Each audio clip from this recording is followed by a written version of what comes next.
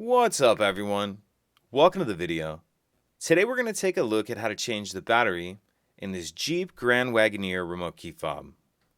This Wagoneer key fob is going to use replacement battery CR2450, and I'll put a link in the description box of this video to where you can purchase these batteries if you're in need. The first thing we're going to do is remove the emergency key that's in the bottom of the key fob. That's done by pressing this release on the side that my thumb's on, and then the emergency key will slide out like that.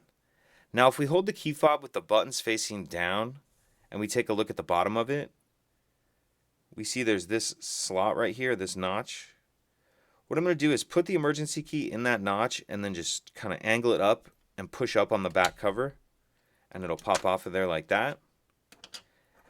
Now I'm going to grab the key fob and use it to help get this battery out. You can see there's a little notch right here in the holder, and if actually a small flathead screwdriver works a little bit better, but I'll show you how to do it here with the key. So I'm just going to get my key in that notch like that.